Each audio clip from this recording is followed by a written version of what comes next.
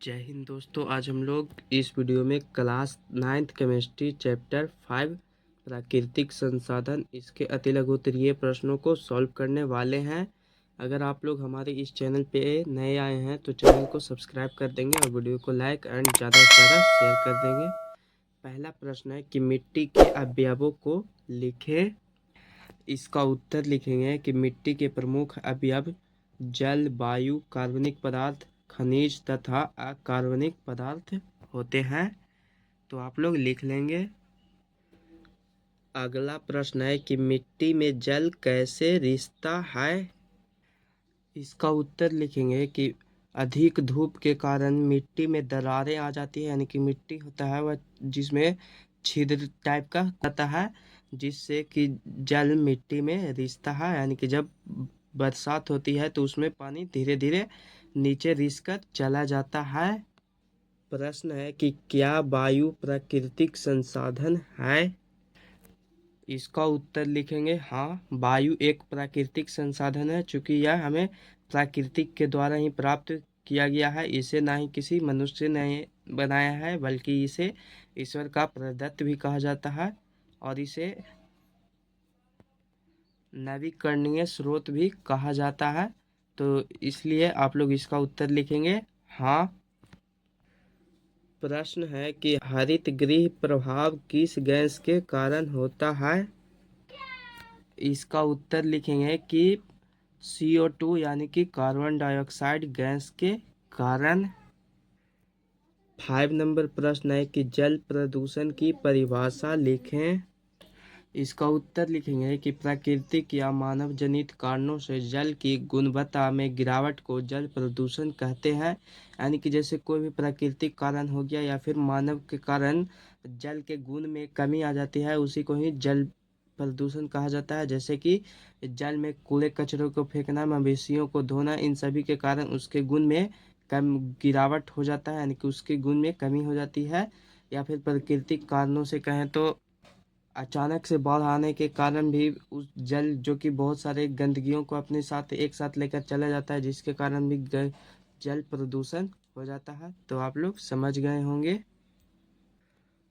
अगला प्रश्न है कि 5 जल प्रदूषकों के नाम लिखें। तो ये रहा, देखिए यहाँ पे पहला हो जाएगा यूरिया, दूसरा है अमोनिया सल्फेट, तीसरा सीसा, चौथा है मरकरी और पांचवा है आणविक एवं नाभिकीय ऊर्जा। इन सभी के कारण जल प्रदूषक हो सकता है या फिर होता भी है। तो इन सभी का उपयोग हमें कम से कम करना चाहिए ताकि जल प्रदूषण कम हो या फिर ना के बराबर ही हो।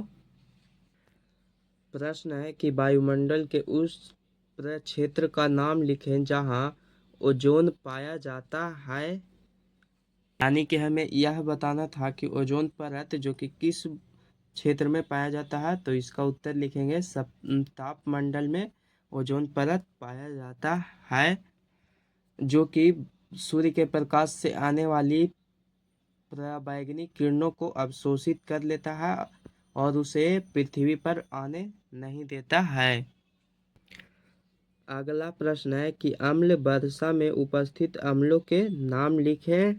तो जब भी कभी अम्ल वर्षा होती है तो उसमें उपस्थित होता है सल्फ्यूरिक अम्ल एवं नाइट्रिक अम्ल।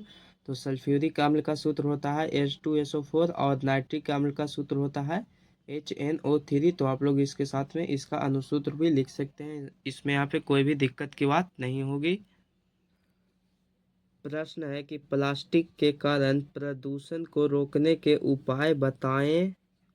इसका उत्तर लिखेंगे कि प्लास्टिक का पुनः चक्रण करके प्लास्टिक को दूसरे के रूप में इस्तेमाल करना तथा पॉलीथीन की थैलियों के विकल्प के रूप में पूरी तरह जैव निम्नीकरणीय होने वाले प्लास्टिक का विकास करना, इन सभी के कारण ही हम लोग प्लास्टिक के प्रदूषण को रोक सकते हैं।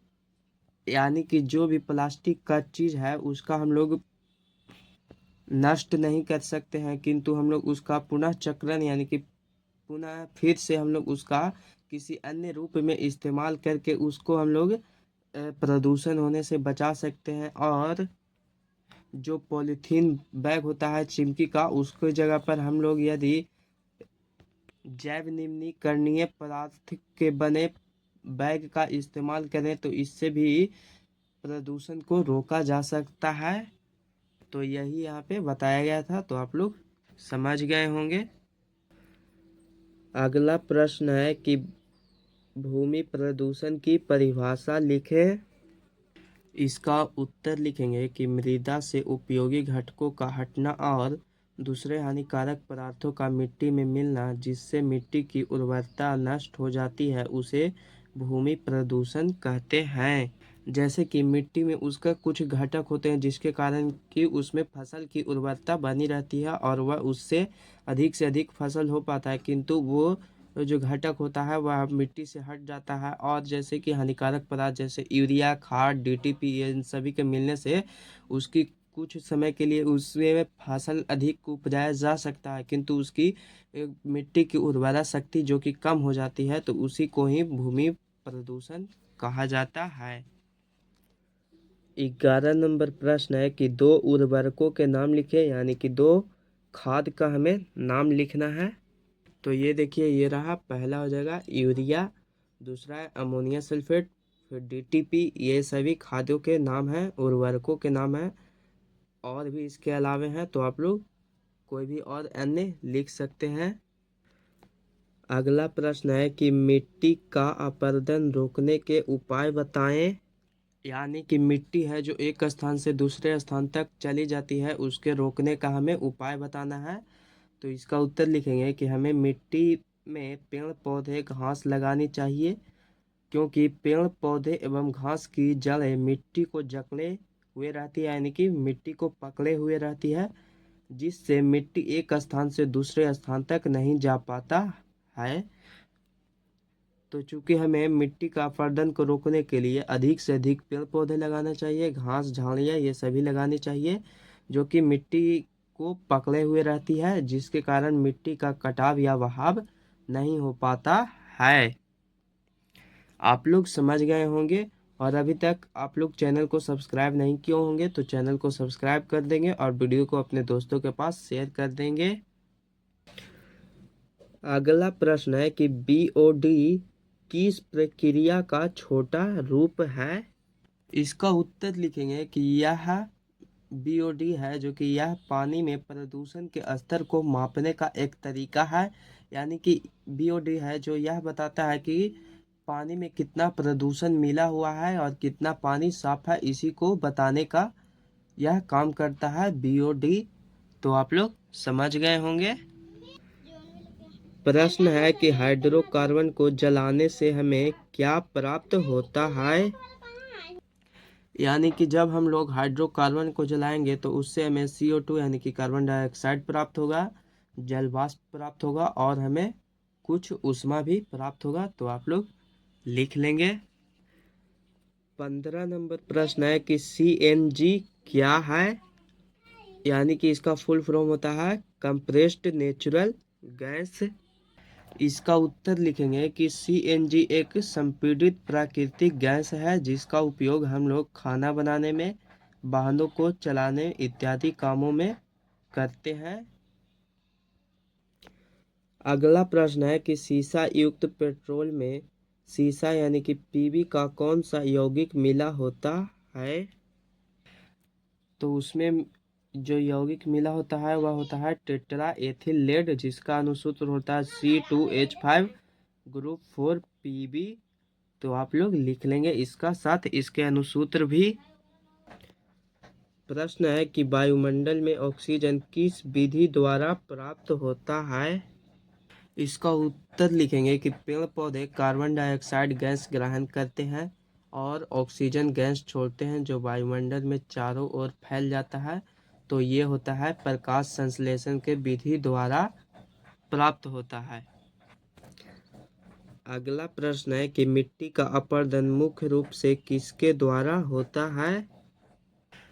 तो इसका उत्तर लिखेंगे कि मिट्टी का अपरदन जो कि तेज वायु के कारण, यानी कि जब तेज हवाएं चलती है तो मिट्टी एक स्थान से दूसरे स्थान तक उड़ के जाती है। तेज धूप के कारण, जब तेज धूप उगता है तो जिसके कारण भी मिट्टी का अपरदन यानी कि कटाव होता है। और तेज वर्षा के कारण जब बारिश अत्यधिक होती है तो आप लोग देखते भी होंगे कि मिट्टी जो कि एक स्थान से दूसरे स्थान तक चली जाती है। 19 नंबर प्रश्न है कि वायुमंडल के मुक्त नाइट्रोजन को नाइट्रोजन के यौगिक में परिणत होने की क्रिया को क्या कहते हैं? यानी कि जब नाइट्रोजन के यौगिक नाइट्रोजन में परिणत हो जाते हैं तो इस क्रिया को कहा जाता है नाइट्रोजन स्थायीकरण। अगला प्रश्न है कि अमोनिया का नाइट्रेट तथा नाइट्राइट में परिणत होने की क्रिया को क्या कहते हैं? यानी कि जब अमोनिया नाइट्रेट तथा नाइट्राइट में परिवर्तित हो जाता है तो उस क्रिया को कहा जाता है नाइट्रीकरण। प्रश्न है कि नाइट्रेट के लवण का नाइट्रोजन गैस में परिणत होने की प्रक्रिया को क्या कहते हैं? यानी कि जब नाइट्रेट नाइट्रोजन गैस में परिवर्तित हो जाता है तो इस क्रिया को क्या कहा जाता है? तो उस क्रिया को कहा जाता है डीनाइट्रीकरण। आप लोग इन सभी का उत्तर लिख लेंगे। 22 नंबर प्रश्न है कि पृथ्वी पर पशु एवं वनस्पति जगत के ह्रास का मुख्य कारण क्या है? तो पृथ्वी पर जितने भी पशु वनस्पति यानी कि पेड़ पौधे इन सभी का जो ह्रास हुआ है इन सभी का मेन कारण वो है वन की कटाई। यानी कि हम लोग ज़्यादा से ज़्यादा वन की कटाई कर रहे हैं जिससे के कारण बहुत सारे पशु पक्षी जो कि विलुप्त होते जा रहे हैं और बहुत सारे पेड़ पौधे भी इस पृथ्वी पर से खत्म होते जा रहे हैं। तो इन सभी को बचाने के लिए हमें अधिक से अधिक वृक्षों को लगाना होगा और वृक्षों की कटाई को कम करना होगा और हमें सरकार के द्वारा एक ऐसी नियुक्ति लानी होगी जिससे कि लोग वृक्षों की कटाई को कम करें और ज़्यादा से ज़्यादा वृक्षों को लगाएं। अगला प्रश्न है कि ओजोन परत का ह्रास किस कार्बनिक यौगिक के द्वारा होता है? तो ओजोन परत का जो ह्रास होता है वह होता है CFC यानी कि क्लोरोफ्लोरोकार्बन यौगिक के द्वारा। क्लोरोफ्लोरोकार्बन यौगिक यह मोटर वाहनों फैक्ट्रियों आदि के निकलने वाले धुओं से होता है जो कि ओजोन परत को धीरे धीरे उसको नष्ट करते जा रहा है। आप लोगों को पता ही होगा कि ओजोन परत हमारे लिए कितना बहुत ही ज़्यादा उपयोगी है। अगर ये ना होता तो हम लोगों की हालत क्या हो जाता। तो आप लोग कमेंट करके बताइएगा कि ओजोन परत को बचाना उचित है या फिर अनुचित है। यानी कि हम लोगों को ओजोन परत की रक्षा करनी चाहिए या फिर नहीं करनी चाहिए। अगला प्रश्न है कि वायु प्रदूषण का मुख्य कारण क्या है?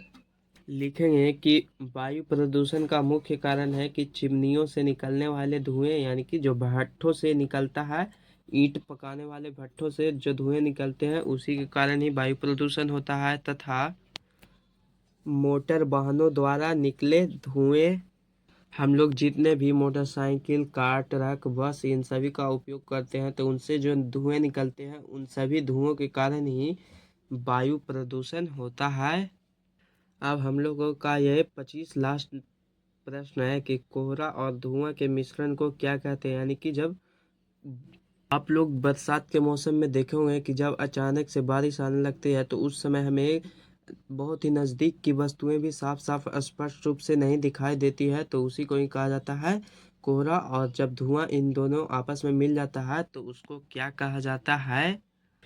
तो उसे कहा जाता है धूम कोहरा। तो यहाँ पे सारे प्रश्न सॉल्व हो चुके हैं और अभी तक आप लोग इसके लघु उत्तरीय प्रश्नों का हल नहीं देखे हैं तो जाकर देख लेंगे। उसका भी लिंक डिस्क्रिप्शन बॉक्स में दे दिया गया है। तो फिर मिलेंगे हम लोग एक नए वीडियो के साथ। तब तक के लिए जय हिंद जय भारत।